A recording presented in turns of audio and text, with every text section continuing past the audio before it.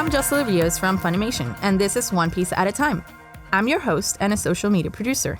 And in celebration of the One Piece anime's 20th anniversary, I'm watching the show for the first time, and every week, a seasoned fan rewatching the series will join me in exploring each episode following the Merry Route binge guide. So come on board on this adventure starting right now.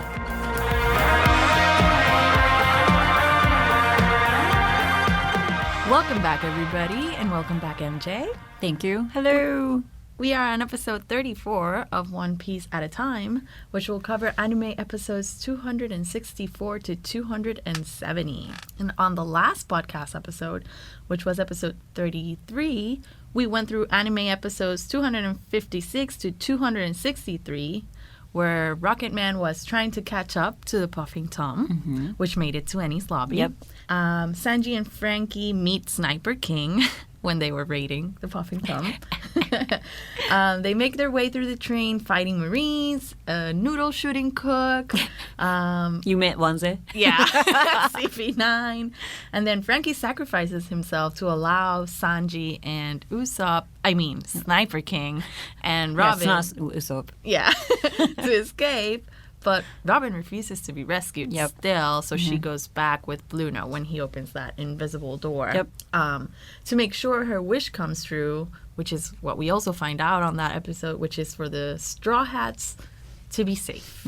And then on this episode, we're basically gonna be storming the gates of Enies Lobby. So it's very exciting. It is.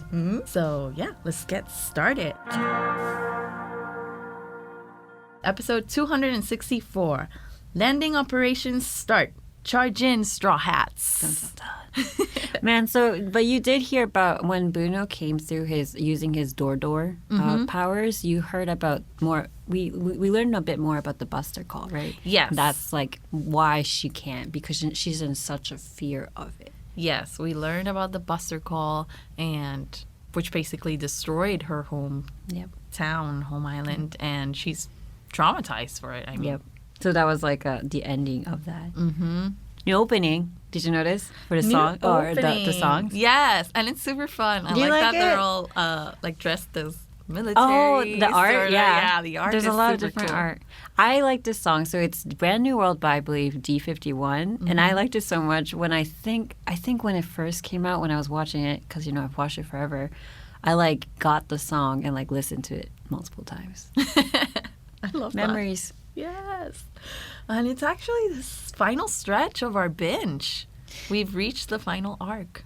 Do you feel it's gone by so fast? I feel like it. This year has gone fast.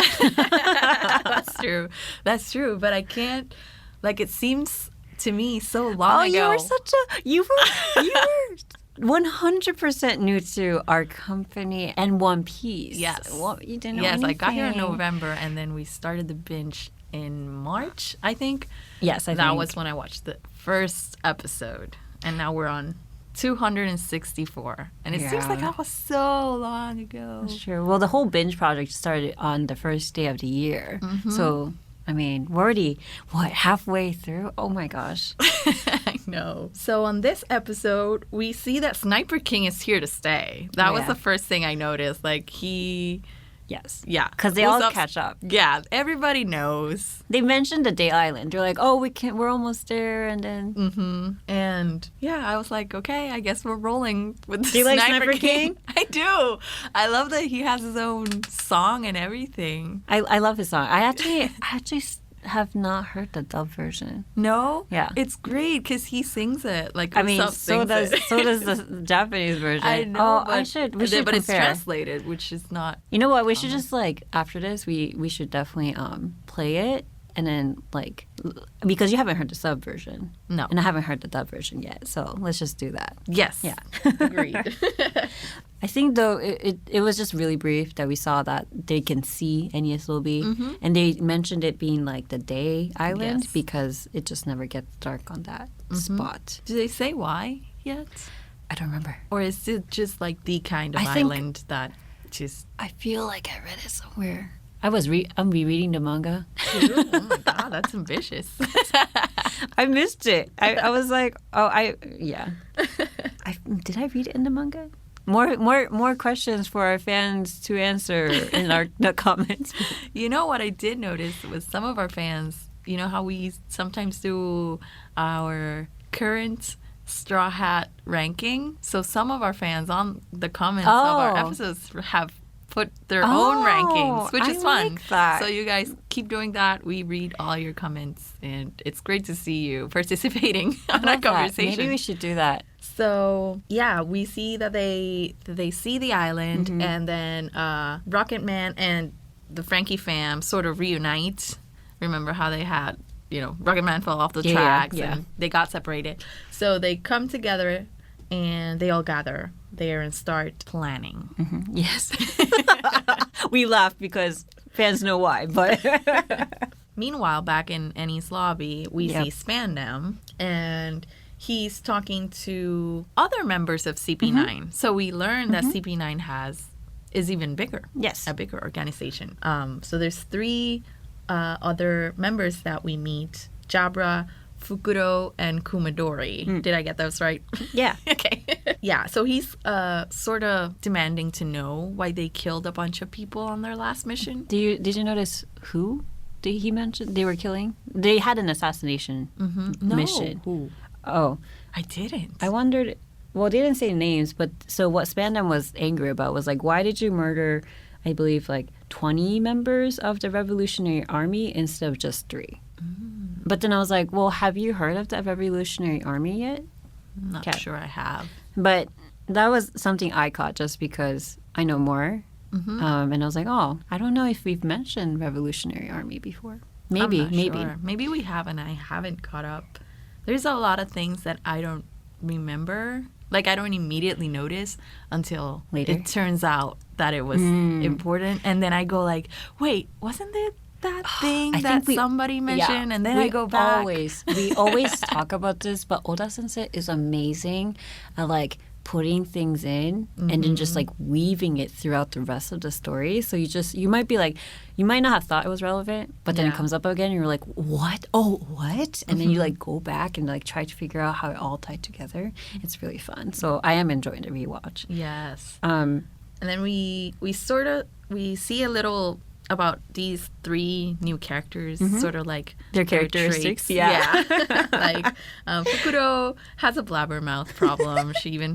He, I don't know. I thought it was a he, but I'm not sure either. I'm not sure. So they have a zipper on their mouth that everybody just closes when they're talking too much. And then she opens it up a little bit and talks. So apparently part of the reason they sort of failed their mission was because Fukuro was telling everybody about what they were doing. I'm like, I guess they're strong enough, but then your missions probably don't go exactly as how they should. Right, and maybe you wanted to just, be sneaky and kill these 3 people, and then you ended up having to kill 20, and then that's more noticeable. Great assassins. And then the other one that made me laugh so much, I think it was Kumadori. Is he the one with the long hair? Yes, yeah. That he always trying to do seppuku. Yeah. Because he says iron body right before he does his it, move. so he can never really It's really interesting, yeah. hurt himself. You didn't notice that. So he's it looks like he's based off like Kabuki. Do you know Kabuki? No. Okay. Or I'm pretty sure it's Kabuki. There's 2, like, I should be more informed on, like, my culture's theatrical arts. But, so there's Kabuki and No, and both of them are, like, traditional Japanese theatrical performances. So it's like theater. Okay. And then, You've definitely seen I've seen it. Images, yes. Because, like, definitely with at least Kabuki, it's, like, they paint themselves white, and then it's on the stage, and then there's there's all these iconic visual cues that you get from it, but the way he has markings on his face too. Yes, and the hair too. I remember like seeing the hair on those plays. That's very interesting. Yeah. That's so cool. And then they, not right now, we'll probably mention it later, but they actually do like a tiny play later, him and Jabra. Oh, yeah. So that makes all of the sense. I studied a bit before on like the differences between No and Kabuki. and actually have a friend who I think knows so much. But that is super interesting. Yeah. Thank you for sharing. So we go back to Rocketman and, you know, see all of them getting together. And this part was my favorite part, I think, or one of my favorite parts of this stretch of our binge, which is when Chopper and Luffy meet Sniper King. Sniper King, they get like the song bit too, sort of like a short version of the song. And once you see, like, the camera cuts back to them and they are just super impressed, glitter. They can't there's even, all these like, sparkles and there's like, I agree. They can't even talk. They're like, just making sounds because they're so impressed. Yeah, and excited. I loved it that they were like, you must be a hero because you have a cape. I knew it. You're a superhero. Yeah. And they have like sparkles in the eyes. And when he says he's from Sniper Island, and Chopper's like, where is that? And it's in your heart. And he's like, oh my God, that's so cool. And I'm like, how does that even make sense? Because Chopper. he tried to do that line on Sanji and Frankie, and they just did not care. And they also could tell it was Usopp, but like it was that like line, that cool line he wanted to deliver. Yeah. It's all in your heart. Chopper bought it all. Luffy too. And even the little girl. Chimney? Yeah, even Chimney can see that it's Usopp. I like how like while Chopper and Luffy are like freaking out over Sogeking, everyone else in the background are like, you can hear their voices. They're like, oh, it's Usopp. Or like, oh, I'm glad Usopp is safe. Or it's like, isn't that the guy we saw? Blah, blah. Like, and you can just tell everyone else figures it out, but not Chopper, and Luffy. Nope. So they're planning, right? And Polly says that he's been to Enies Lobby before because he was doing some maintenance work. Yeah. And so he sort of maps out the area so they can. Oh, great! You have maps. Look at that. I screenshotted the map area. Love it. They have the iron fence and then the main gate, and then they have the main island front gate, and then the courthouse, and then the Tower of Justice and gates of Tower of Law, and then Gates of Justice. Amazing. We should add that to the blog. Yeah, we should try to figure that out. Yeah. So Polly they're has planning. that map. Yes, they're planning. They have a map. You know, it's a good plan. Yeah, it's a good plan. I don't think they know they're coming, right? So they have all the right elements to make this work. So they start talking about, you know, how they need to get there before Robin goes through the gates of justice. Because once you get there, and I think we've mentioned that before, there's no coming back from there. Yeah. So they make an attack plan. Frankie Fam and Galila will go in first, and then the Straw Hats will come through once they open the gates, and that, you know, that's planned. And Luffy's all holding his chin and nodding. Gets it. He's like, okay, makes sense. I mean, at one point like he was like, why does it have to be before Gates of Justice? So like, Nami's like, as we said before, it's point of no return. Although I don't think Luffy gets it. But it was all because Polly recognizes that the Straw Hats are very strong. And that the best chances, like the people who have the best chances against the CP9 are the Straw Hats. Yeah. So this whole plan is to make sure that the Straw Hats aren't hindered by like anyone other than CP9 and just go directly to them.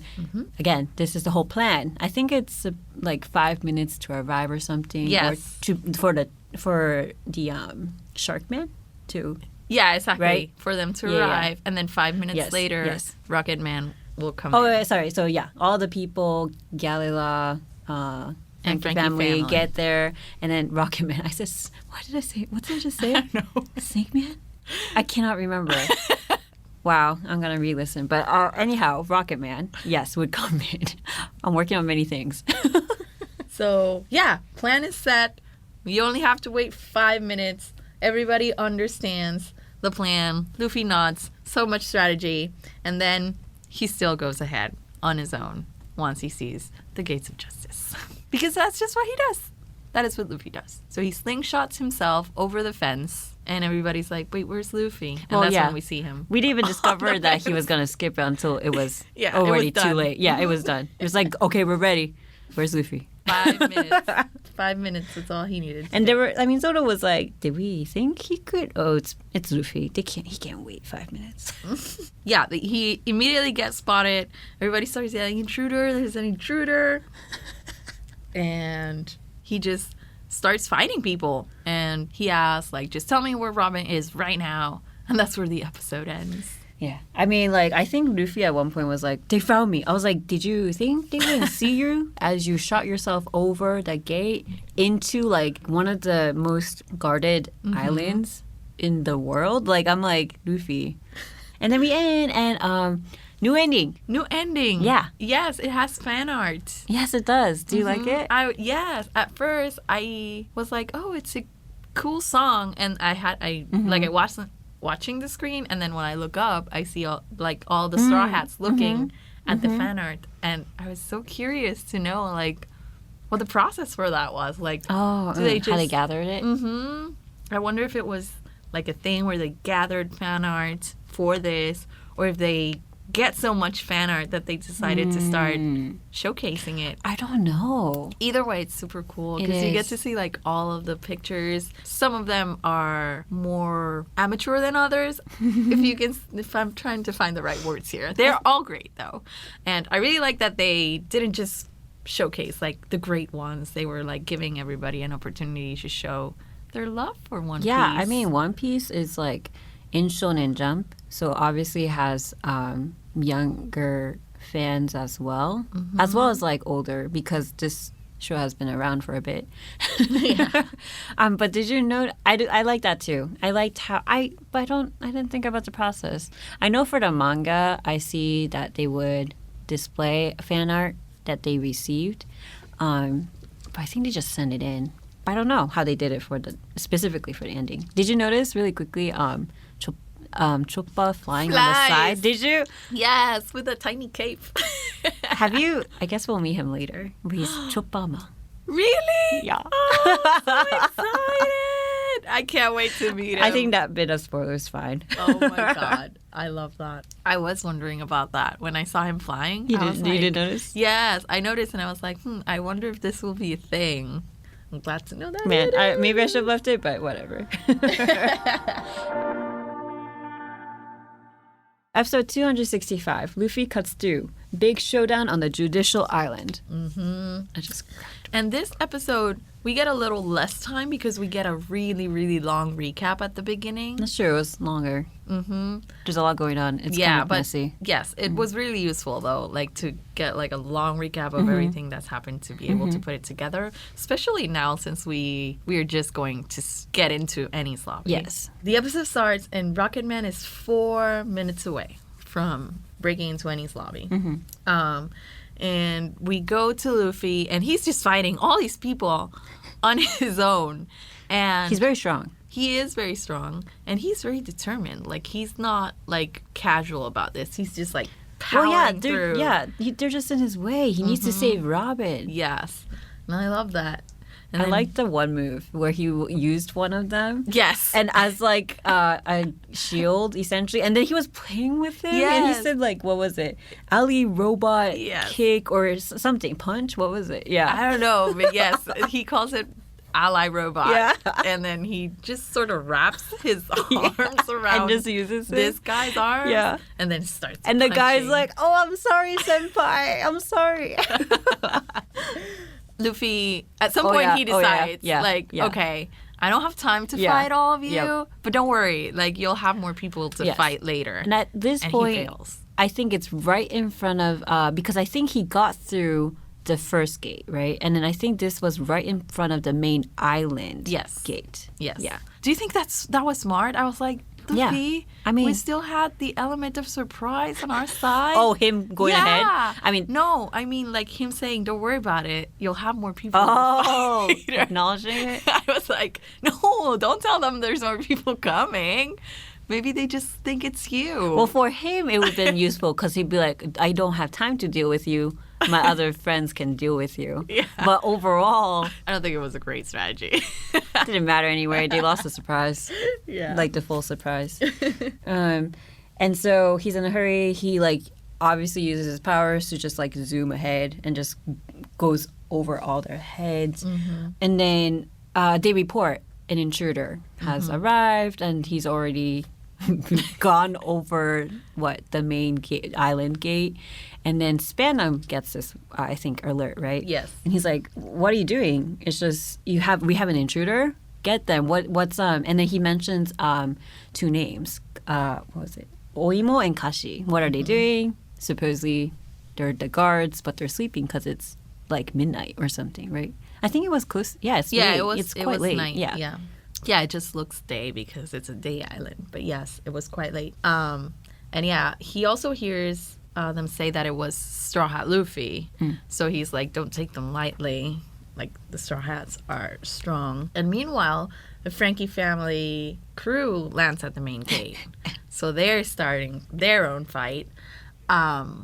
And I really, really like how the girls are part of the fighting. Mozu and Kiwi? Yes. Yeah. They are just like breaking through. They have their own swords. Their swords, yeah. And they pick the locks of the gate. So they're super useful. Yeah, and they I was open the so gates. glad. Yeah. I was like, yes, I love girls. Mozu and Kiwi. Me too. And then so they open it, but then they still have to have Herculean destroyers is how the sub was. And they had to push open the gate because it's so big and heavy. Yes. So the Herculeans push through the gates, and we see so the gates open. Yeah. But that's when I think Oimo and Kashi, who are the giants, Yes. wake up and like, oh, gotta do our job since Yes. there's invaders now. yes, and they wake up and they come, and we see that they're giants. So we see giants Actual giants. again. Yeah, actual yeah. giants. When was the last time we saw them? Little Garden. Yeah. The 2 fighting giants, eternally fighting giants. Did you think you'd see giants again? No. Oh, you didn't? Okay. I didn't. No. I mean, I was like, maybe I'll see them again, but I didn't think I would see them here. Okay. Like I mean, thought, it was kind of random. Yeah. I thought that maybe we would go to their island. Oh, like their... Elbaf yes. was it called? I think. So I was thinking maybe probably we would go there at some point and maybe meet like actual giant civilization or society. I didn't think I was going to see them here. Makes sense. But yes, I mean, that's One Piece. It's always randomly introducing, it's all connections that you don't think are there. Yeah, exactly. Yeah. Remember, we just mentioned it. They're all woven together. Yeah. So the giant gatekeepers beat the Herculeans. Yeah. And we can see that they're big. Like, the Herculeans are They big. are, yeah. But he's like, we're actual giants. Exactly. We're not just like big humans. Exactly. Yeah. And then 2 minutes left until Rocketman gets there. And I'm like, come on. Because, the whole plan is open that main gate and then open that front main island gate so that the Rocketman can just shoot right through both of them and get straight to, like, the main guys. So time is running out. 2 minutes is not a lot of time. Yes.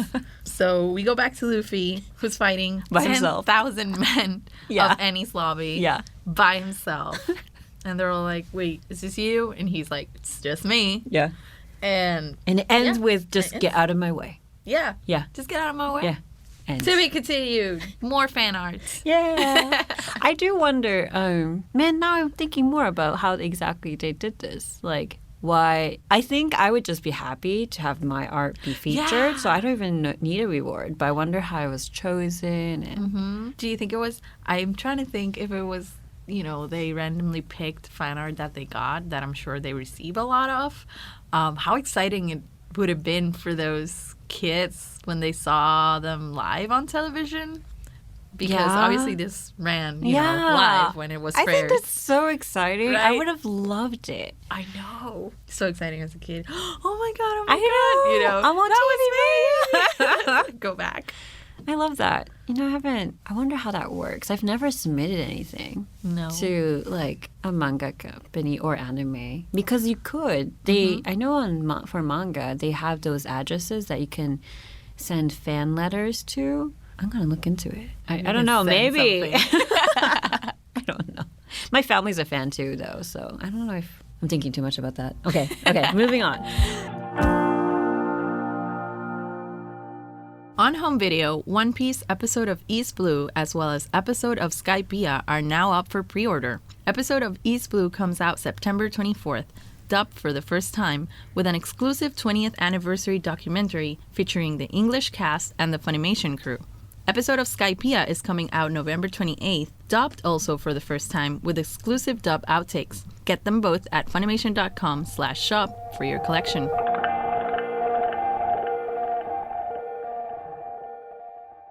Episode 266, Battle Against Giants. Open the second gate. Dun dun dun.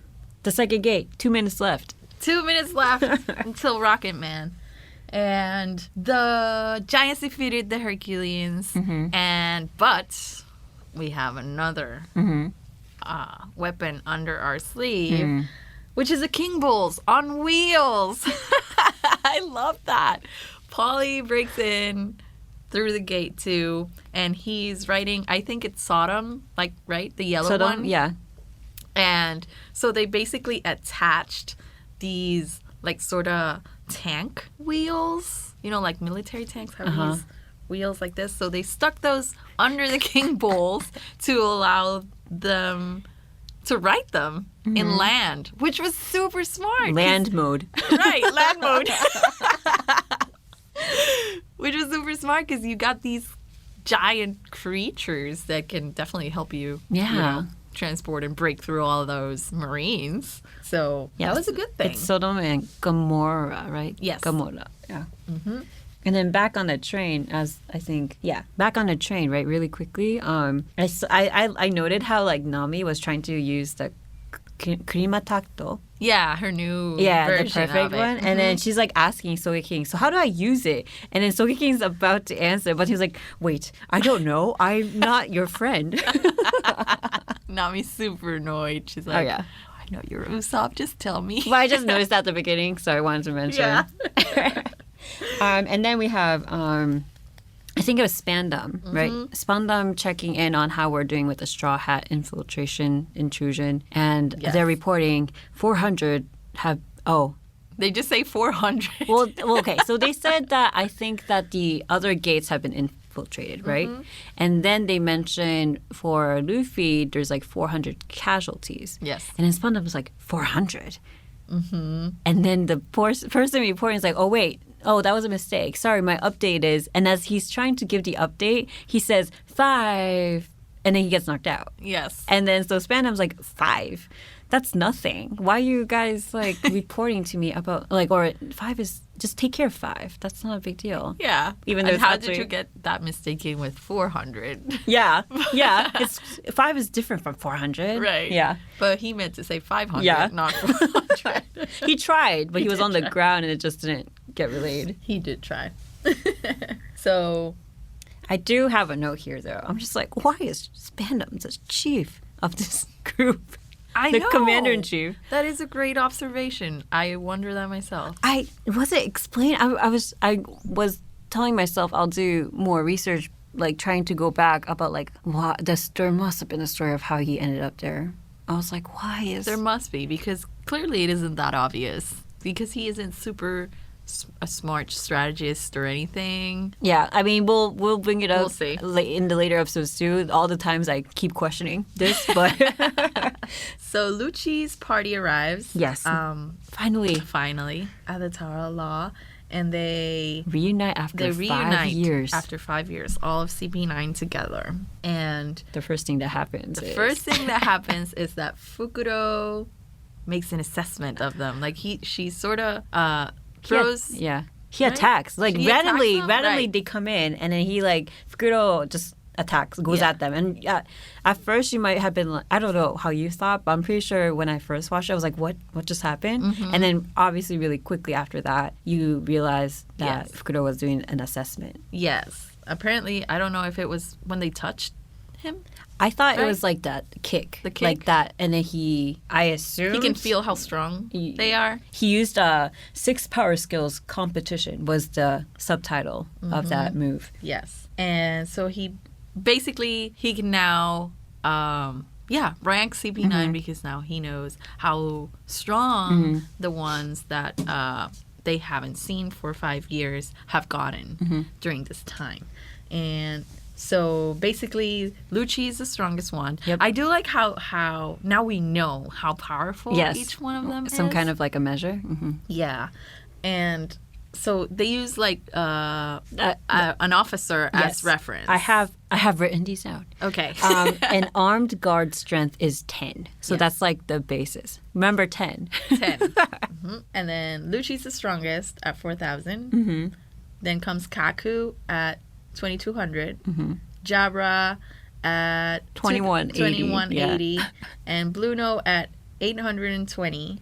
Kumadori at 810, Fukuro at 800, and then Khalifa at 630, which is still very, very strong. Yeah, because an average armed marine person is 10. Yes, so it's not that Khalifa is weak. It's just that Lucci is super, super strong. And then I think Spandam did mention if you're over 500, you're like superhuman, right? Yeah. But then still, one of the new characters we meet, Jabra, is like annoyed that he's weaker than even Kaku.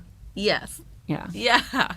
And he's like, I think he tells Kaku something about how the assessment only takes into consideration your physical strength, but I still have devil fruit powers.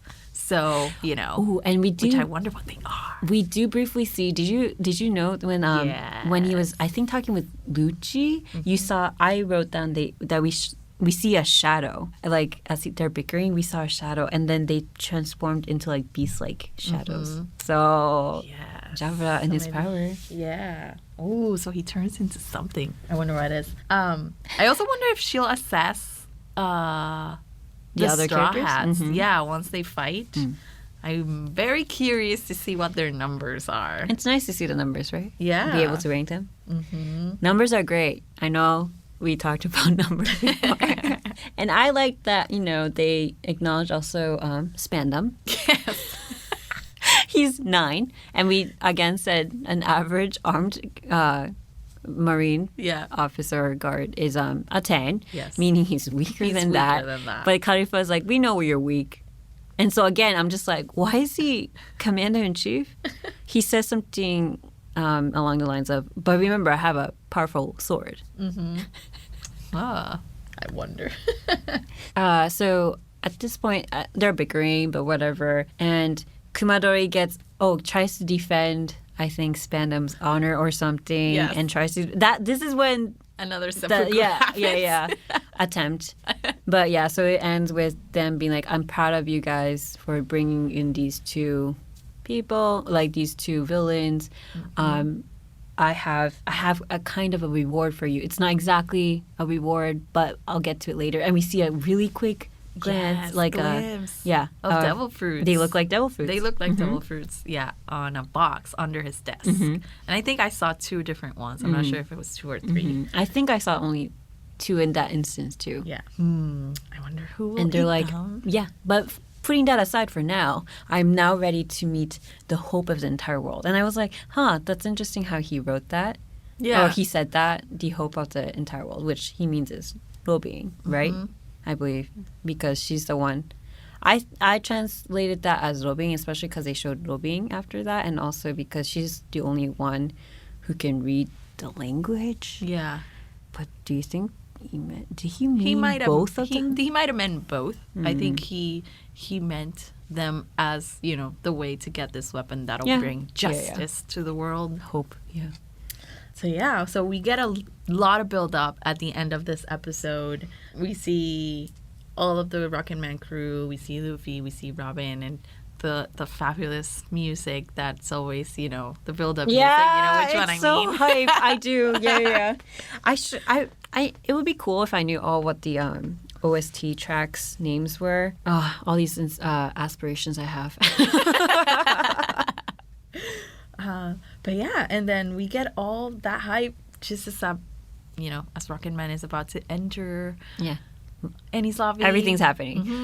So Spandam is about to see Robin and Frankie back at the Tower of Law. And then Luffy's still fighting his way through all the 10K men. And then we have the Frankie family fighting still at the gates. because they're desperate to make sure that the gates are open. Yes. And then on the train, they're like, okay, we're almost there. Zoro, Samurai Man, you ready? Because that iron fence is there. And you're right, to be continued. To be continued. Episode 267, Find a Way Out. Rocketman takes flight. When this episode started, I was so confused about what that meant. Not anymore. So at the beginning of this episode, Spandam meets Robin and Frankie. They come in. Because they were waiting outside that room. Yes. And he just sort of starts going on this monologue. He was talking about, how no one would know about this until a few years later. And he also talks about Tom and how, they also got him, and all his crimes. And Frankie immediately loses him and just bites his head. And he's shackled. But that doesn't stop him. He just literally jumps up and grabs his head in his mouth. Yeah. And obviously, no one saw it coming. So Spandam goes like, what is happening? But don't worry, Kumadori comes in to help. Yes. Kumadori comes in to help, quote unquote, and knocks Frankie down, but at the same time, he basically knocks Spandam over to the roof, and then he falls down back. So he got it even worse than Frankie. But then he's like, no need to thank me, Chief. Yeah. So, meanwhile, Luffy is still fighting against 10,000 men. I mean, there's a lot of men to be fighting. Yeah. And this part is super fun. I loved it too. Yeah, this part is super fun because he's just making a lot of moves. All his moves. All of the moves. I don't even remember if they're all canon. Because there's some moves that are anime specific. Oh, but okay. This is like a fun section where you can get a bunch of different ones. Yes. He does grappling. And some, we hear him say them, but we don't actually see them. We just see the men sort of flying all over the sky. I think it was Bell that we didn't actually see. I was wondering, how does that look? Gum Bell? Yeah. Sickle, hammer. He did a lot of moves. But my favorite one was Volcano. Because he got into inside of this building. Yep. And he made Gum Gum Volcano, which basically blew the roof up. And then all of the pieces flew over, and he picked a giant piece of it and started doing the grappling on it, and then all of the rocks thought that was fell. so clever. Yeah. I was like, oh, Luffy, because I wrote it was essentially he used Gatoringu to shower the building pieces onto the Marines. Yes. And do you remember during this time? So they're trying to report to Spandam that about this, hey, emergency, the Straw Hats are kicking, or Luffy is kicking our butts, but then no one picks up, and they're like, oh, it's probably the receiver is probably off again, and they're like, oh, again, man, it's a problem. So you realize this is not uncommon with Spandam where he doesn't put it back on. I'm like, again, why are you cheap? Or maybe if it's a bad habit, why don't you have two? Makes sense. No, I don't know. I hope we find out why he's cheap at some point. Yeah, so it's off the receiver, and the receiver is off, and also Spandam is obviously distracted by Robin and Frankie. And we meet the Justice. Yes. Then we meet the Chief Justice of Enies Lobby, which is a 3-headed person. Yes. Oh, yes. And he's called, what's his name? He is the 3-headed Baskerville, the Chief Justice of Enies Lobby. Yes. And you've met left Baskerville, right Baskerville, and Central Freeway. And we're like, what? Because it doesn't... Do you like the bickering? Yes. And then, we don't see much of him yet, but I'm guessing he's the one who decides the fate of the people who are judged here. He is the Chief Justice. Because then, each head has, their own verdict. Immediate verdict. Guilty, not guilty. And then Decentral was supposed to be in between, but he was, straight up death penalty. And then they both are like, how is that in between? Right. So, back at the gate, the girls pick the second lock. For the main island gate. Yeah, right? the main island gate. And Frankie, Fam, and Galilab breach. Then that gate, right? Yeah. So they unlock it, but they still have to push her open. So, like, I think Sodom and Gomorrah. Mm-hmm. And then there's all these rope pulling, and they're fighting while trying to do that. Mm-hmm. And then here comes Rocketman. And this is a pretty cool scene because Zoro's sitting on top of the first car. Yeah. And he's just like all zen. Yeah, he looks so cool. Yeah, he looks so zen, just waiting for it. You know, he's ready for the battle, of course. And then the camera sort of goes up. And Yokozuna is standing right behind him. Yokozuna also looks cool too. Just like very cool. Mm-hmm. I'm like, oh yes, giant frog. Yeah. They noticed that I believe the gates closed. Yeah, right? The Marines. Yeah. The Marines who were knocked out at the first gate. Yep. That all of the Galila and Frankie Fam already went through. They start waking up, and so they notice Makes sense. Yeah. I mean. So they notice that the gates are open and that this other train is coming. Yes. And they're like, oh my God, another sea train? Mm-hmm. What is this? Because they didn't even realize there was another sea train. Right. Besides Puffing Tom. But yeah, they're smart. They closed the gate. Yes. They're supposed to protect it. And I did think, I was like, wait, did they not think this far about I guess they were hoping to knock them out completely. Yeah, so I guess they didn't think 5 minutes would be enough for them to wake up and That's realize true, what I guess. was happening. And so they close it. And so they're like, oh no, what do we do? We're going to crash into it. Yeah, and they're all like screaming. Nami's like, Kokoro, stop the train. And then Zoro's like, no problem, just, hey, Kokoro, go make the train go as fast as possible. Yes. And everyone else is relieved. Oh, phew, Zoro's got a plan. Yeah, Zoro's got a plan. No one worry about it. And he just tells, essentially the plan is, he tells Yokozuna something, and then Yokozuna just shoves the iron fence. Yes. And they're like, whoa, wait. And they basically conclude this is probably not the way they were hoping for. Because what happens is when he shoves it, like the train goes, like launches off the iron fence. Off the gate. Mm-hmm. And so it's flying. That's how it flies. That was Zoro's plan. I mean, it was smart. It was smart because then the train basically flies over the gate. So no problem, right? And then everybody's like, great, awesome. How are we going to land it? Yeah. And Zoro goes like, oh, don't worry. Do you have a plan for this, for the landing? He's like, of course I do. We fall. So what was it? How did they word it in Japanese? Oh, it's makaseta, or like we left it. Like he's like, yeah, don't worry, just leave it to me. He implies that, but then he ends with just leave it to luck, and then so they still like freak out because they're like, what? So you didn't plan it at all?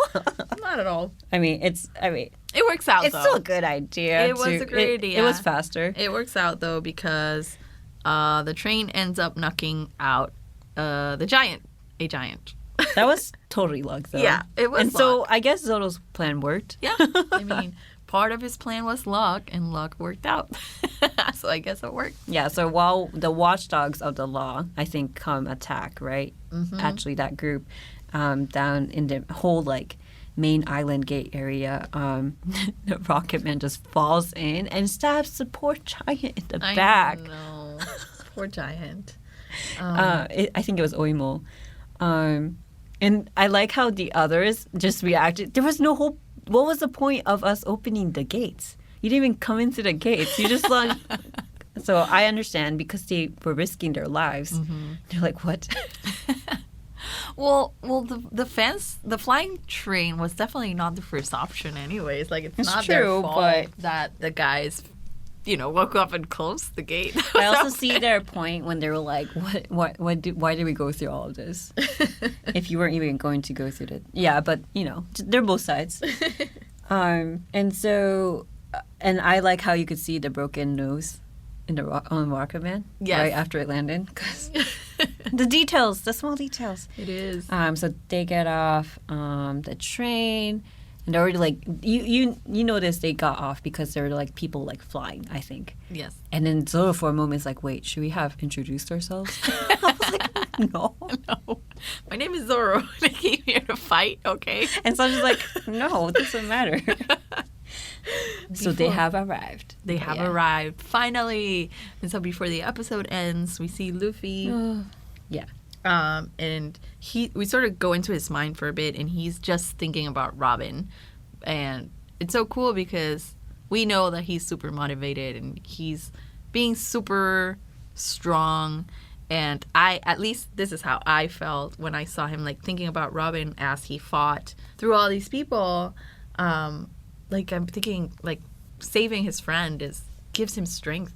Yeah. Like, and I feel this happens all the time. Like, the same with back when Nami had her Arlong problem. Like, I feel when Luffy helps his friends is when he's, like, the strongest Luffy. It's so cool. Luffy is really cool. I know sometimes he can be very silly, and you're just like, why is he the captain? But he's just, like, the most reliable. You know, he's so loyal. He will protect you. He will save you. Or he will at least try, you know. So I love that, too. Because the episode ends with him, like, Luffy remembering the moments with Robin.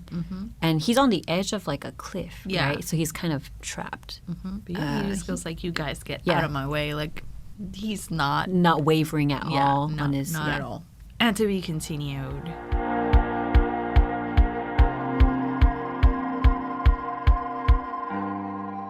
So we have our social question. We do. Of this week. What did you think about Sogeking when you met him and as others reacted to him? I can't wait to see what people said. So let's look at our answers on Facebook on One Piece Official. So on Facebook, Marcus Wilson said, the first thing I Googled while watching the show was answered by this. The fight broke my heart and I needed to know Sniper King is the best resolution to the conflict, and just the best. Aww. Sogeking is pretty great. I really like Mario Garrela's answer, which is, he's my favorite character in all of One Piece. Other characters' interactions with him crack me up every time. He has his own intro. I wish Usopp would have met him. Same. I hope they meet someday. And I like Natalie Mary. They say, the first thing I thought was he reminded me of a certain character of the Straw Hats. I couldn't remember who exactly, but the resemblance was uncanny. You're right. I think I agree with you. And I think maybe for one last comment for Facebook, at least, Marcus Kuhler said, I thought that it's basically Usopp's way of helping the crew without being part of it and not facing everyone as himself. I figured everyone probably thought the same, though I was surprised Luffy didn't catch on. Were you surprised Luffy didn't catch on? I was not surprised at all. I was not surprised when Luffy and Chopper didn't catch on either.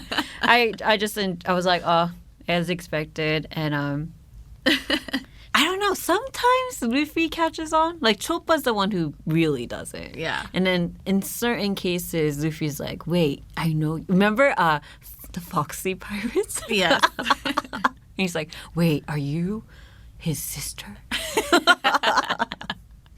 Okay, but let's see. Do you see any comments on Twitter? Yes, let's see on Twitter. Oh, Just Mike. So at Just Another Mike said, how can you not love a theme song like that? Yeah. Agreed. It was my ringtone for a couple weeks, LOL. I love that Chopper keeps Sogeking's signature on the wall in the medical room. Oh. I have to look at that. I didn't realize. So yeah, because so Chopper got his autograph. Yes, he got it. That's so cute. Oh my god, that's so cool that's what happens to that autograph. I love that. Keep my eye out for that in the future episodes with his office. That is so great. Oh my god. And then Akraf Leaki, I hope I say that right. They just put the lyrics to Usopp's his theme song as a comment. Man, I love that. That theme song is done so well, and I really like how they have that they kind of mimic how Toei, I believe the Toei animation logo is done, and they have a Sogeking one. Yes. Yes, they did. That is great. And then let me pick one last one from Twitter. Nox Raijin says, I thought that it was such an Usopp thing to do. Of course, he would make himself a superhero so he can keep his pride while helping the Straw Hats. Everyone's reaction, especially Luffy and Chopper, were spot on. Ha. I'm surprised nobody said anything to Luffy, though. They don't have time. Yeah, everybody's just rolling with it. But I agree with everybody. I absolutely love the song. Like the loo, loo, la, la, loo. Maybe we should learn it. Yes. Do a karaoke the sub version and the dub version? Yeah. So thank you, everybody, for answering our question.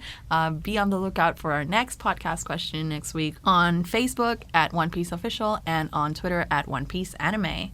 So now let's go on a little break before we continue on the next episode.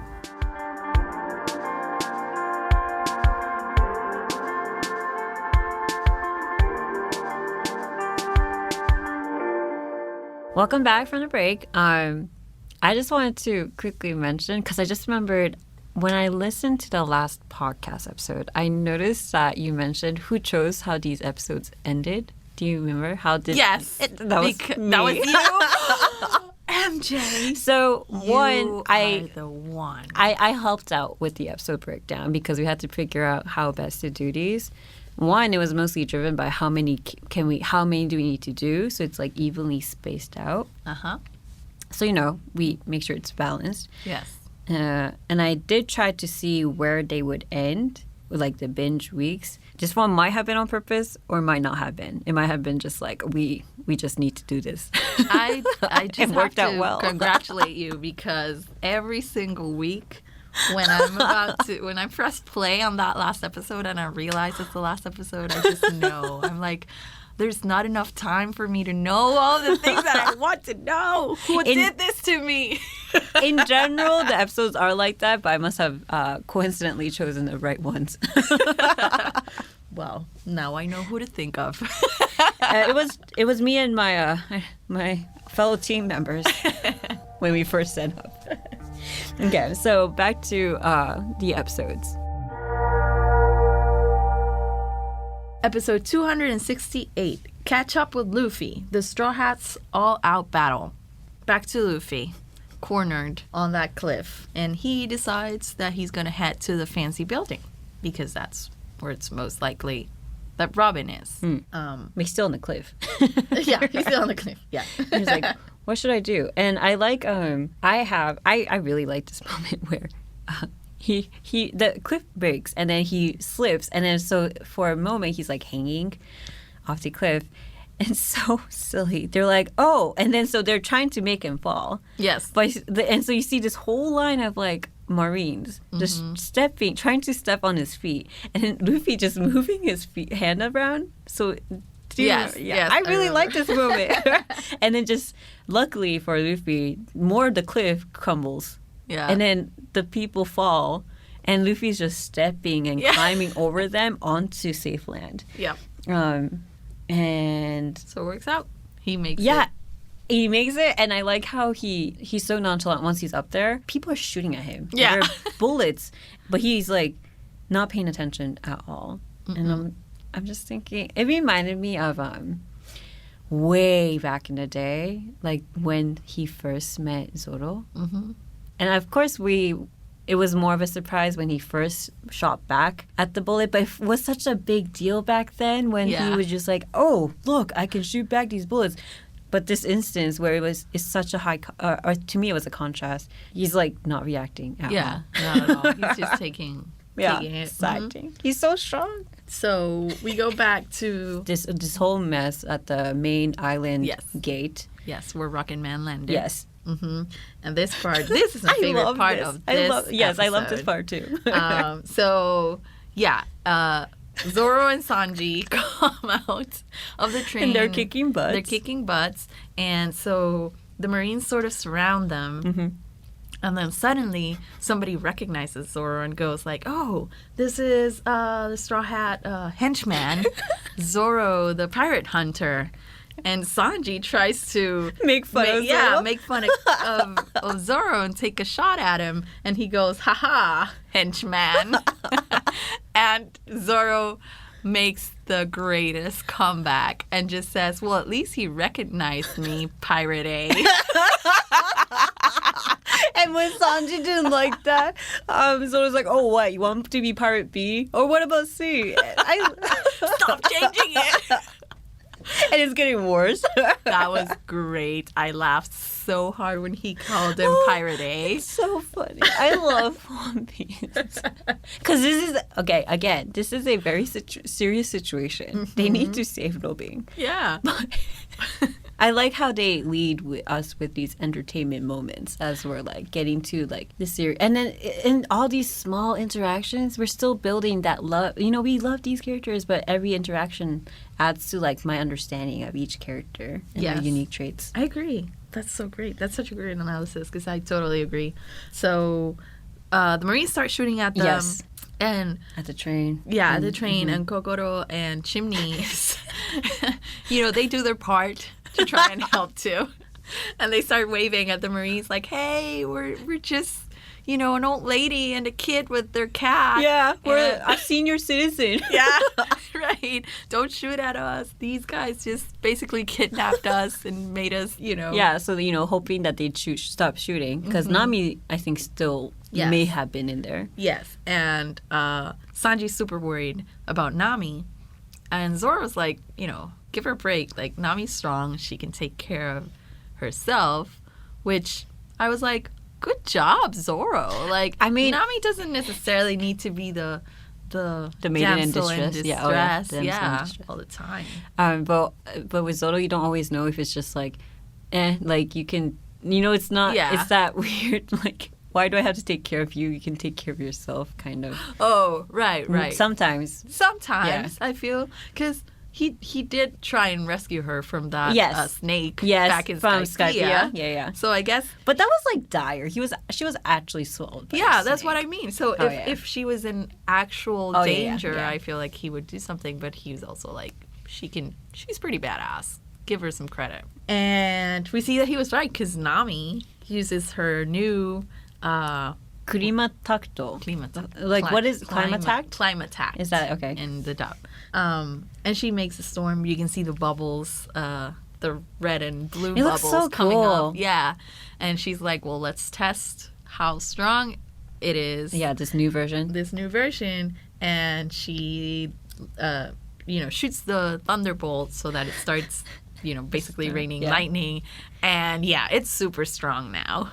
And basically she thought she was going to also die from it. I liked all the different ways it basically struck everyone because Kokoro, Chimney, and Gombe, I think, are under an umbrella. Yeah. And Chimney is like, oh, Grandma, are we safe under this? And then, like, Kokoro's like, don't worry, trust me. Yeah, we are. And right after that, it strikes the umbrella. Yeah. And then we also see that it shocks a lot of people, including we see Zoro and Sanji. Mm-hmm. Poor Sanji. Sanji isn't as mad as Zoro. Sanji is super, like, I don't know. I don't remember right now because I didn't put it in my notes. But he says something about it later. He's like, he hasn't felt that. Oh, yeah. The shock of love or something. Yeah, he hasn't felt struck by lightning that way since they first met her. Or something. Yeah.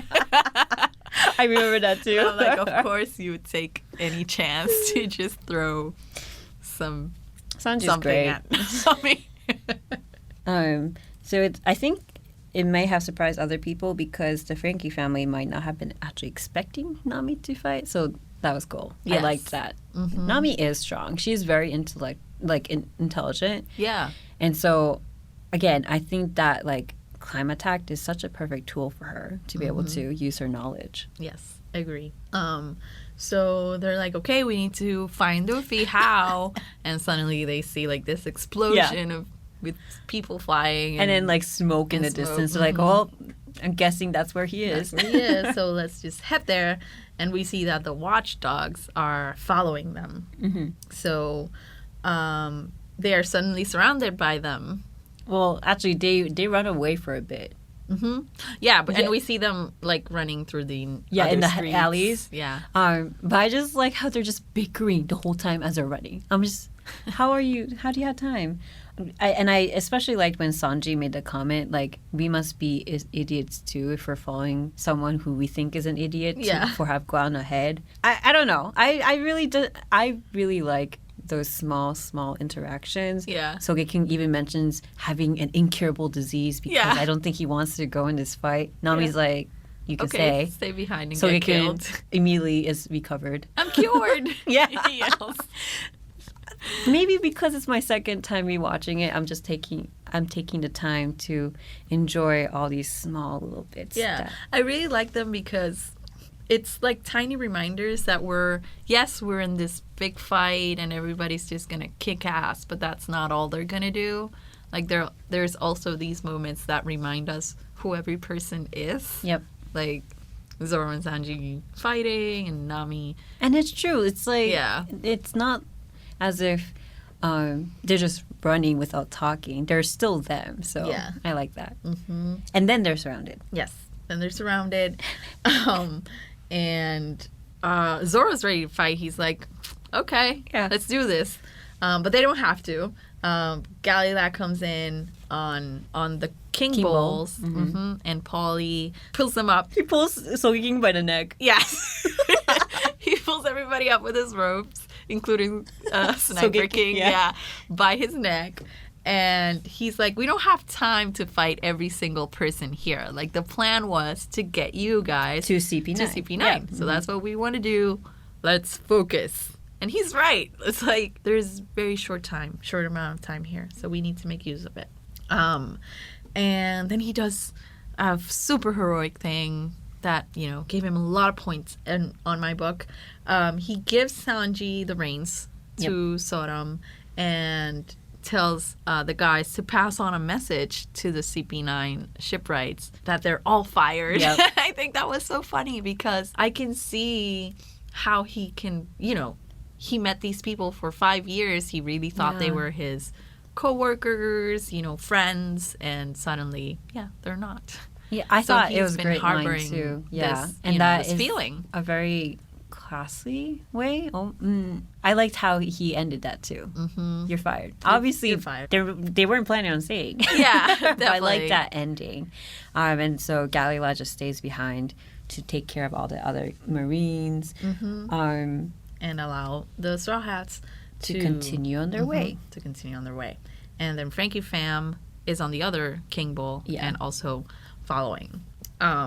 So then we go back to Spandam, and he's still talking down on Robin and Frankie. He talks way too much. Yeah, he talks a lot. Man. Even before. Like, I feel like on the flashback, he also talked a lot. Jeez. I wonder if that's how he got to be boss, by talking boring people out of meetings or something. It's like, okay, what do you want? You want to be boss? Great. Stop talking. Probably not. But I mean, it could be a superpower, honestly. I am very tired of hearing him talk by this point. I'm sure he must have used things like the fact that he helped capture Tom. That's true. And all those things. He's yelling at them. He's stepping on Frankie. He mentions, if I had known you were the one with the plans, I would have gone after you first because Iceberg was a bigger pain. Because Iceberg was really clever on how, trying to protect what Tom-san wanted to do. And so he became a mayor. He became the head of Galila. Yeah. And so obviously all these people were going to defend him. Yeah. He also had a partnership with the government. And at this point, Frankie is thinking, that's probably why he worked with the government despite the government taking Tom away. Yes. Yes, Frankie realizes that Iceberg had really thought this through, on keeping his influence from having CP9 or CP5 or whoever intervene with him a lot. And I also think that he wanted to keep them focused on himself, especially after he gave the blueprints to Frankie, just so that they wouldn't, But I think like before that point, he was always building to that point of like being not. So the government couldn't mess with him. Yeah. Or like if it did, there'd be public knowledge or people would notice and I'll make a fuss about it. But Spandam's just like gloating, right, that he got permission from Aokiji to make a buster call. Yeah. He was talking about that, and he seemed like very power hungry at that point. Yes. Like every man and nation will answer to me. And I really took note of that line because I was like, well, aren't you, like, not to you specifically, like, this is for the government, not for you. So that makes me think if there's something more there that'll be coming up. I don't know. But yeah, Nico Robin is wondering the same thing as all of us, and she just asks, like, how, like, why did he give you that power? And he just straight up punches her in the face. He gets so frustrated. He demands, or like he asks, what right do you have to even question me? What value do you have to even speak up against me, question my power? Yes. He starts just beating her up. Yeah. Which is awful. And then that's where it ends. And I'm like, oh, I really hate this guy. Again, I need to do my research on why Spandam is how he got to... But that also raises the question of, like, how do people in general get to places of power? And also it touches upon something we've been mentioning is, like, how the government is corrupt. Yes. I wonder if he knows somebody. Is his dad somebody important?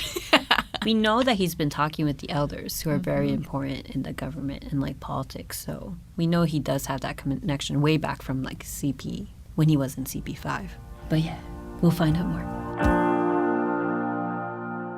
Episode 269, Robin Betrayed, the Motive of the World Government.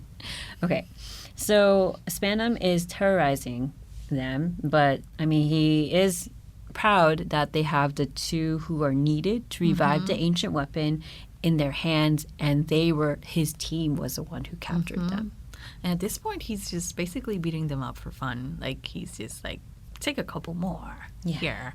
And I'm like, I wonder, like, they really want us to hate this guy, I feel. But you know how some bad guys are, well, they're just bad, but you don't essentially hate them. I feel like I essentially hate this guy.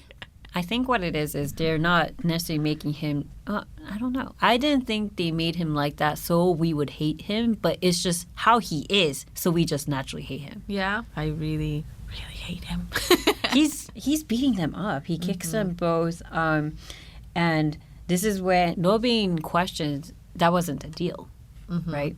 And yes, because he basically starts telling Robin that the Straw Hats are here because they followed you here.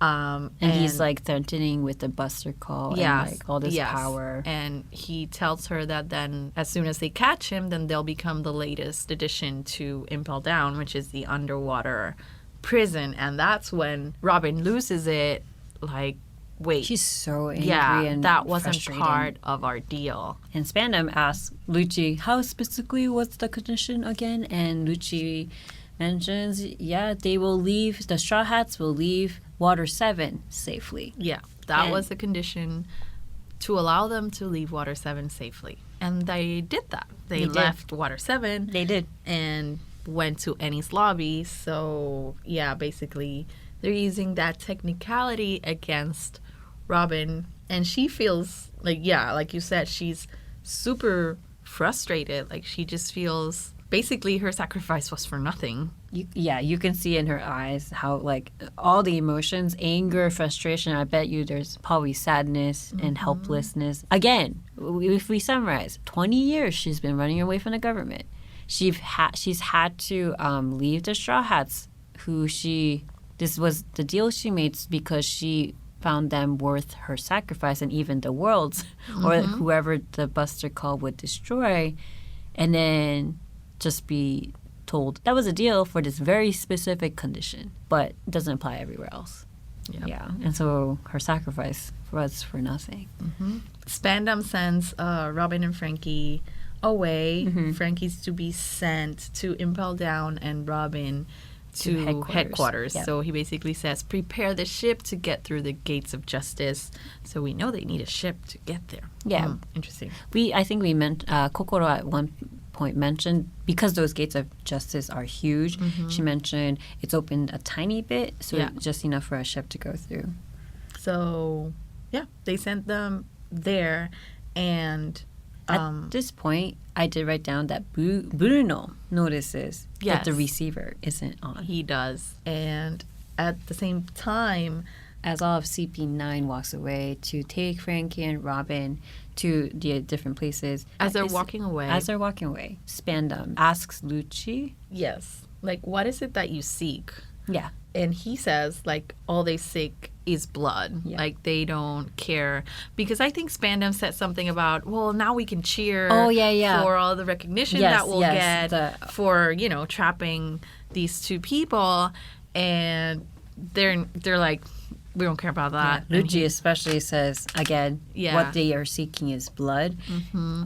And he said, killing is justified as long as we're here. Yeah. And I was like, oh. So that's why they're there on CP9, not to follow specifically Spandam or because they have some sort of loyalty towards him. Actually, also, they're not even, it doesn't seem as if they're in the government, so they're people of people of justice. Yeah. But it's more that if it's okay if they kill.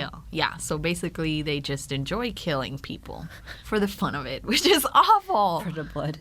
It's awful. And Spandam sort of reflects on that a little, and he says, well, as long as I have them working for me, I'm invincible. And that's another hint that I got, like, about Spandam and power. I was like, you're always talking about you as a unit, like as a person with power. It makes me wonder if this means something. I don't know. I'll see. We'll see. I like how you are thinking a lot and analyzing Spandam as a character. Mm-hmm. So, meanwhile, Sanji and the Bulls keep charging forward after leaving Galila behind to fight off the watchdogs. Mm-hmm. And Sodom starts talking to Chopper. Chopper can talk to them, which is very fun. I do love those moments. Mm-hmm. And he tells Chopper about how the Frankie fam saved him and Gamora from a Sea King. They were in the stomach of a Sea King, which the Frankie fam struck down and ate. But since they were already full, they were like, it's okay, we won't eat you. And I like how Sanji and Zoro, I think, are commenting. So basically, they just happened to find them when they were eating their food. So they didn't really save them. Yes. But sure, if that's what makes them saviors of your lives. Yeah. It was hilarious to me because, he told it like this rescue story of how he's now devoted to Frankie, you know, because they saved him. And basically it was not a rescue story at all. I love it. And of course, as they're traveling as they're making their way to D-Gate or to CP9, I just like how they're casually beating up everyone. Yeah. And Zoro just casually cutting up all the bullets. I'm just like, so cool, Zoro.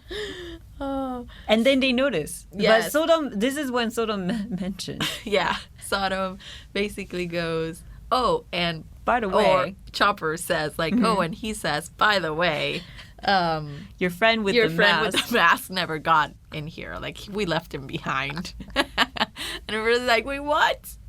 They all didn't notice. Yeah, nobody noticed. And they sort of freak out because, they can't go back for him now. It's too late.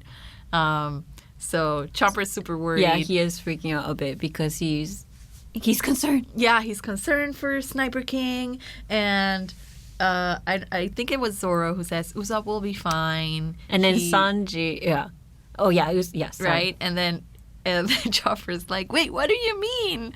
Like, and he just doesn't get it. But then Sanji interjects and mentions, but he's a superhero, right? So he'll be fine. Yeah. And then Chopper sort of calms down a little bit. And I thought that was adorable because he's like, what are you talking about, Zoro? Like, because he still doesn't get it. Usopp. Yeah, he's like, that's totally not Usopp, of course. And then he starts going like, Sniper King is great, but he will never replace Usopp. And I'm like, oh, you really don't get it. You really don't get it. Okay. But then, he calms down when Sanji, being all nice, tells him that. In a way that would convince Choppa it's fine. Yeah. Polly, them fighting, but they believe that if it's them, they can do it. And then we see Luffy. So we see actually the Marines first. They've lost sight of Luffy, Yes. of the Straw Hat. And when they're asked, did they get into the courthouse building or whatever, they say, no, not even a fly or a mouse got in. And then I like how right after that, they zoom in and you see Luffy climbing that courthouse building they just mentioned. Yep. I'm like, how did you miss that? But they did. And Luffy sees that there's no path through. Suddenly, an air door opens, and it's Bluno. He comes out. And mentions how it's unheard of that anyone would come this far into Enies Lobby, like the island, and asks, when are you going to stop? Yeah. He says, like, how long do you plan to keep on fighting? And Luffy just goes, of course, until I die. He's so kakkoi. It was so cool. I loved it. He said, shinumade, or something. I can't imitate the way he did it so coolly, but he just delivers it straightforward. It was so cool. It is very cool. And to be continued. That's where it ends. What a great ending. Yes.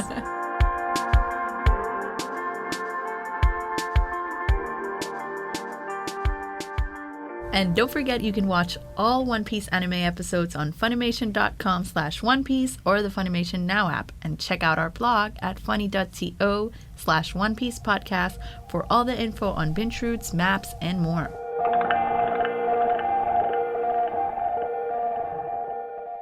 Episode 270, Give Robin Back, Luffy versus Bluno.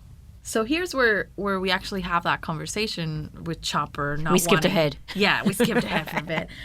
For not replacing Usopp with Sniper King, Chopper's little heart.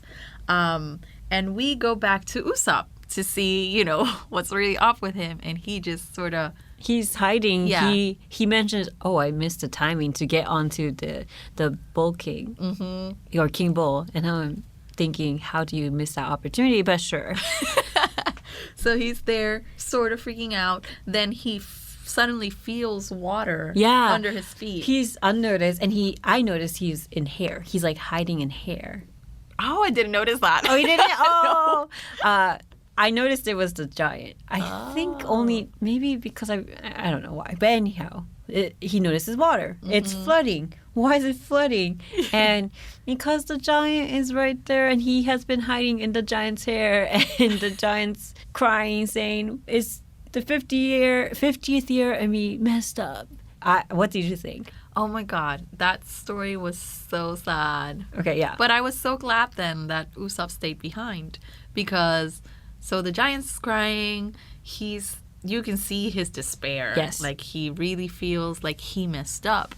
And I was like, wait, he messed up? Like, wow, he's so dedicated to the government. But then we find out why. And it's the greatest, saddest story. Yeah. Where he starts telling Usopp. Because Usopp, I think he hears the word Elbaf. Like that he... is a soldier, a warrior from Elbaf, and Usopp obviously immediately connects the idea, or Sogeking, excuse me, and demands, tell me the story, tell me what you're talking about, and naturally, I think is it Kashi or Oimo? Oimo is very suspicious. Why should I tell you? You're a stranger. You know nothing. Yeah, Usopp.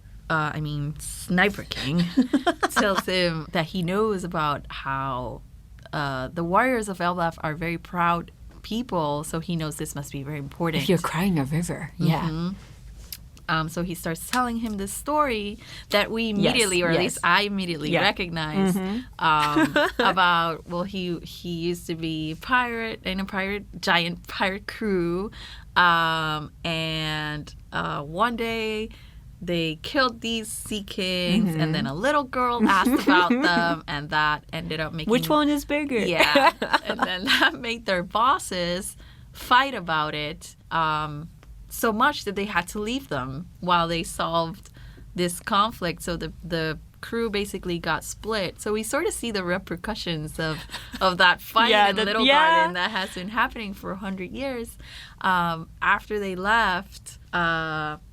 I think they go back home and then set to go back and look for them. Yeah, because look for the bosses. What happened was they went back home, and I believe they mentioned after 50 years, they started worrying because at least the winner was supposed to come back. Yeah. And they set out to find them, but then they were caught by the Marines and told that their leaders were in Impel Down, right? Yes. I think it was Impel Down. Mm-hmm. And so that they had to work for the government. Yes. So the government basically lied to them, told them that they had captured their bosses, who were actually just still fighting in Little Garden. Told them that they were prisoners and they would let them out if they agreed to serve for 100 years, keeping the gate safe. So now that's why he's crying, because he feels he's failed in their 50th year. So it's been 100 years. So now they won't be able to get their bosses back. Sogeking is naturally excited. Yeah, he takes off his mask for a bit. He does. Yes, he does. He uses his real face. It's Usopp. It's Usopp now. He's super excited to be able to help this guy out and he starts going on about, no, wait, you're wrong. Yeah. You've been lied to. And he doesn't believe him. The giant doesn't believe him at first. He's Why would he? And he's like, wait, like, how can I prove this to you? I know their names. I know their laughs. And he starts laughing like each of them. And he sort of... Brogy and Dory. Yes. Yeah. And he even chokes trying to laugh as hard as them. And he's like, these guys, like, I promised myself to be as proud of a man as they are. So, like, believe me, I know these guys. It seems like Oimo starts believing in him, but I don't think we see. No, we don't see that. Mm-hmm. And so we do go back to Sodom because we are able to see, at least briefly, what Sogeking is doing. And we go back to Sodom and the Straw Hats. And Sodom gets hit. He gets hit by a mortar, right? Yeah, he gets hit pretty badly, like right on the chest. And you see him bleeding and just like, oh. And he's about to fall. And he like, what is it? I think he puts his like head against Gamora, almost like, I leave the rest to you. Yeah. And I was so sad. I know. It was super sad. And then he tells Chopper, like, that they should go on. Chopper translates for him. Like, he says, like, we should just go on. And I'm like, Sodom, no, the sacrifice of rescuing Robin. So he does his part. And, yeah, they go on, right? They go on without him. They jump over to Gamora. Yeah. So they're all... So the Frankie families was on Gamora. And then they all joined on Gamora. And they have to leave Sodom behind. Poor Sodom behind, who just falls over. And as all of this is building, a lot of men are being lost. We see, before we end, back at the scene with Luffy and Bruno on that roof. Bruno, he tells Luffy, you're committing a world-class crime. 170 countries are represented. So you're basically going against all those countries in this world. Mm-hmm. And Luffy's like... Doesn't care. I don't care. I don't care about pirates or the government or the countries or anything. All I care is about getting Robin out. And just move. I want you to move. I don't care about all the consequences. I don't know what you're talking about. I just want the one thing, which is get to Dobing. Mm-hmm. And that's where it ends. To be continued, as he says that. We did see a little bit of fighting start, and Bruno notices Luffy being slightly stronger, but we don't know. That's because that's where it ends for the whole podcast episode. No, why? That's the end of the podcast episode. So I'm going to interject my question really quickly here. Mm-hmm. Who's your favorite character right now? Okay. From this episode... Let me see how the ranking will end on this episode. I'm gonna say Zoro's gonna be number one because he figured out how to solve the train thing. Even though it was reckless? Even though it was reckless, hey, it worked out. And nobody else had a solution for that. So he allowed the plan to continue. I'm going to say Luffy is number two, just because he's fighting all these people. And because I think Nami mentions at some point, well, I guess it turned out better for Luffy to go ahead because that way the Marines are dispersed through the island. as they're running. Yeah. Instead of, meeting all of us at the entrance, which is true. Okay. Again, accidental, but it worked out for him. And then I'm going to give number 3 to somebody who has never ranked before. Sniper King. I'm going to give it to him just because he has an amazing song. And because even though this was accidental too, he gave some hope to this giant who clearly needed it. Yeah, he was crying a flood. Yeah, this giant was falsely imprisoned for 50 years. And, Sogeking was there in his moment of despair. And my prediction is that this giant will help now that he's friends with Usopp / Sogeking, Sniper King in the dub.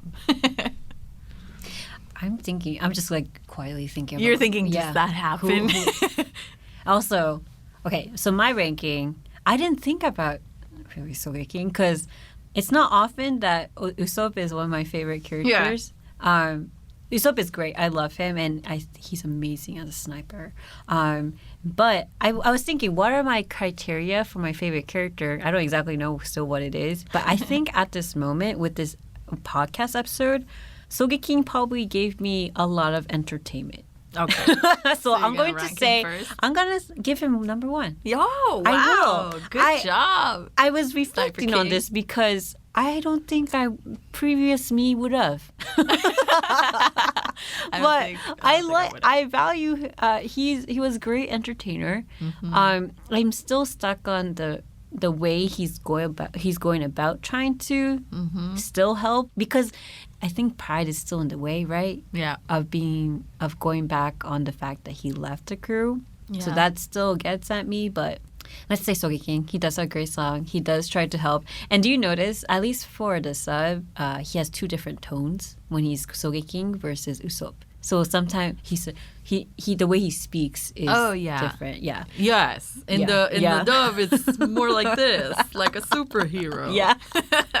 Yeah. So number 1, Sogeking. Number 2 is Zoro, probably. Of course, he helped, but then his nonchalantness and also the fact, how he said, "You're Pirate A." Yes, that was great. And then 3rd is Sanji. Yeah. That's a good one too. Actually, I wanted to say Choppa, especially because we can see how, I don't mean to see people as tools, but Choppa, how useful he really was. Did you really need to have that conversation? Not necessarily. So Sanji 3, Chopper 4? Yeah. I guess for me 4... Oh, Luffy should be up there, huh? I forgot about Luffy. He was important. He's, I don't know, 1.5. I'll take that. Okay. For me, I think I'm going to put Nami at 4 just because she did that whole, with her lightning attack, stuff. And Sanji at 5 because Sanji's badass, but he hasn't, at least on this particular podcast episode, didn't, help a lot other than just kicking ass as always. But that's normal. That's his normal range. Yeah, And then Chopper, because Chopper, he's still, my main guy. He's never racked blast. Oh, poor Chopper.